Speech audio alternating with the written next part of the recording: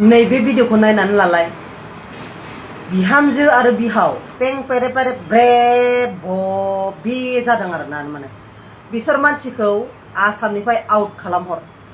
गिबियावनो लोगोफोर नोंथांमोनखौ आंनि मोनसे गोदान भिडिअ फिन खेब बरायहरनाय थाबाय। थ' लोगोफोर नोंथांमोना मोनथिखाबाय जानो हागौ बै आंनि टाइटेलजों लोगोसे थाम्बनेलखौ नायनानै नङा होमब्ला लोगोफोर बे जोंनि इन्ट्र' होनाय ससे भिडिअखौ नायनानै थ' मैयानि दिनावहाय नोंथांमोननि सेराव आं मोनसे भिडिअ होदोंमोन लोगोफोर जिहेतु बिहामजोआ बिहावखौ बा बिहावा बिहामजोखौ बेफोरबायदि खालामलायबाय होनना बुंनाय थ' बेखौनो लानानै बे टपिकखौनो लानानै सासे सिस्टारा ओरैबायदि नोंथांमोननि सेरावहाय फंनैसो बाथ्राखौ शेयार खालामनो आरोना लोगोफोर नोंथांमोना गिबियावनो बे बाजैयाहाय माबायदि बाथ्राखौ लानानै दिनै नोंथांमोननि सेरावहाय खेंफोरथि होलांखो बिहामजोआ बिहावखौ बा बिहावा बिहामजोखौ खालामनायखौ आरोना लोगोफोरथ' नायलांदो बिदिब्ला भिडिअखौहाय जोबजासिम।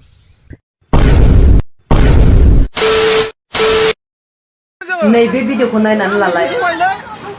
बिहामजो आरो बिहाव पें पेरे पेरे ब्रे बे जादों आरोना बिसोर मानसिखौ आसामनिफ्राय आउट खालामहर। नैफोरबायदि मानसि थायोबा जोंनि आसामा गुंले जानो थाखाय बारा गोबाव टाइम नांगौ नङा। सोरबा बिहावजों मा सोमोन्दो खालायो मानो आफा होननानै लिङो मानो बिहाव होननानै लिङो मानो आफा बाबा होननानै लिङो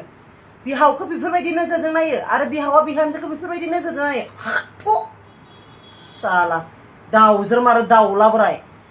नोंसोरखौ आङो सिगाङावबो जों उन्दै समावहाय बिदिनो फिसालाया थैबाय फिसालाया थैनानै बिहावा बिहामजोखौ नोजोर होनाय बिहामजोखौ बायदिसिना खालामनो सेस्था खालामनाय बेफोरबायदि खोनाखांबाय आरोना जों उन्दै समावहाय। एसे मैला जायो नामाब्रा थोच नायथावा जाथावा ससियेल मिडियाआव खेबनानै आपल'ड खालामना होबाय बिहामजो बिहाव बिदि जायो मा सिलेक्टफोरखौलाय जोंनि बर'फोरालाय आयु आंलाय दाख्लैबावै भइस रेकर्ड खोनानायाव मानसिफोरखौ खोनानानै ओरैबायदि थांना खालामहैयो दा नै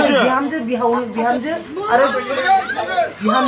बिहावनो हान्ना जालायगासिनो दं। बेबा मालायबो सोमोन्दो लालायनानै दं बोरैबा ग्राव नुबाय आयै डेन्जारलै आसुरित सोरबा बेवाया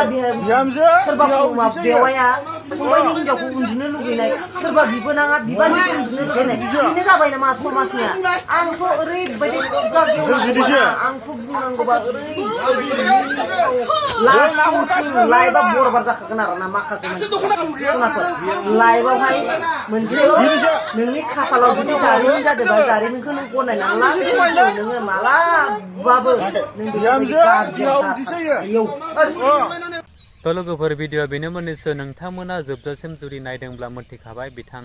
सिस्टाराहाय नोंथांमोननि सेरावहाय मा खेंफोरथि होलांखो आरोना लोगोफोर थ' बेनि गेजेराव आरो आं बांद्राय बाथ्राखौ बुंनांगौ होननानै सानाखै मानो होनबा जोंनि आथिखालनि जुगाव जोंनि बर' समाजाव बेफोरबायदि जाथायाहाय माने